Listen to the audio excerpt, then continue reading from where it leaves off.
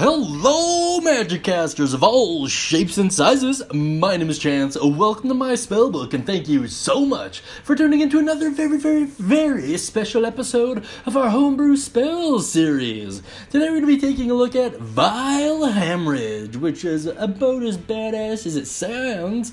This level 4 spell is created by no other than the man, the myth, the legend, the Runesmith, ladies and gentlemen. If you're unfamiliar with Runesmith and his great works over the years, I'll put a link to his channel as well as the video that this spell comes from down in the description beneath.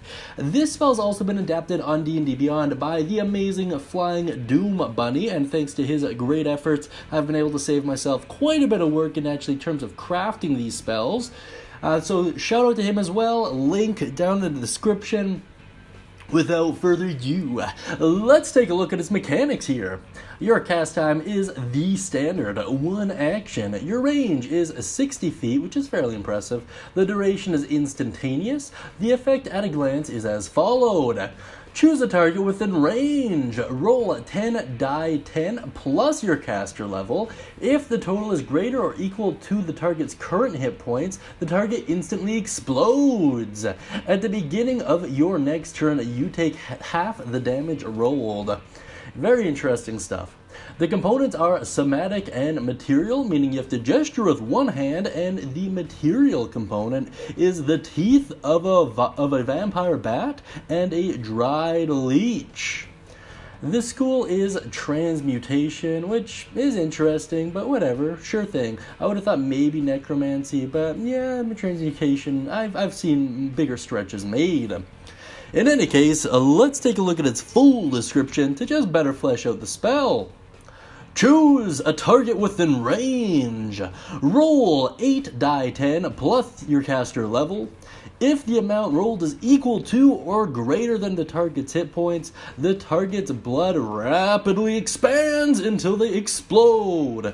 If the amount is less, the spell has no effect.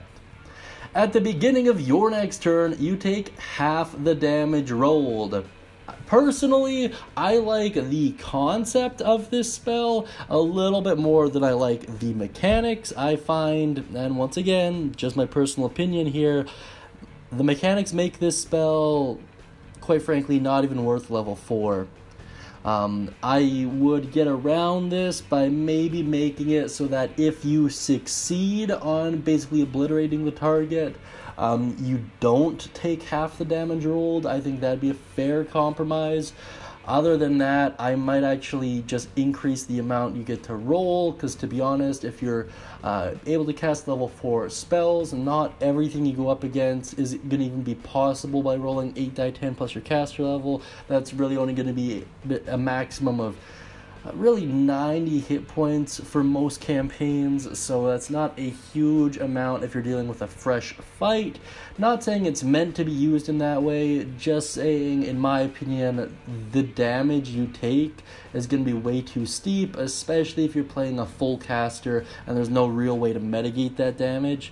So that would be the two ways I would do it, or just completely remove that element altogether perhaps. Then it would certainly be worthy of a level 4, because at this point you're better off just upcasting Fireball. In all honesty, it's not really, it's pretty much a no-brainer at that point.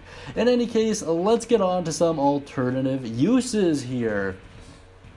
So this one has a lot of similarities to Sumo Slam in the way that the vast majority of its alternative uses is just whittled down to the thematic aspect of it.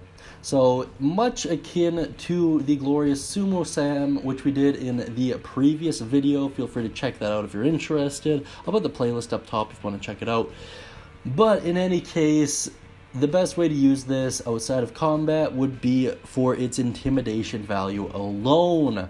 Imagine being a simple goon and your whole job is to protect your boss man, and then you see one random spellcaster walk up to him, throw some teeth around and then your boss literally explodes into just blood and goop, that would be absolutely terrifying. I might even argue, based on circumstances, it could actually lead to the frightened condition. So that's how I would go about it personally. But if you have any cool ideas, alternative uses, spell tweaks, or whether or not you're allowed in your game, please let me know all that down in the description beneath. I really appreciate it. I'd also like to take a quick moment to thank our patrons: Marcos G. Guzman Jr., Arena, Tanner Frazier, Kenny Garcia, Bruce T, Tato Seal, Spider-Man, and his amazing friends. Thank you so much, guys. I really do appreciate the support. It's been unbelievable.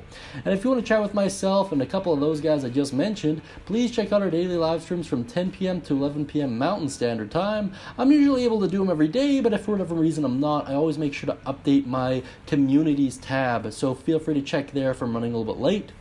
That being said, if you like that cool hand-drawn Dragonborn and you'd like your own hand-drawn D&D picture, please check out our Patreon videos to figure out exactly how to do that. That being said, thank you so much, guys. I really do appreciate it. I hope you have a wonderful day. Thank you once again to Runesmith and Flying Doom Bunny, and as always, happy casting, everyone.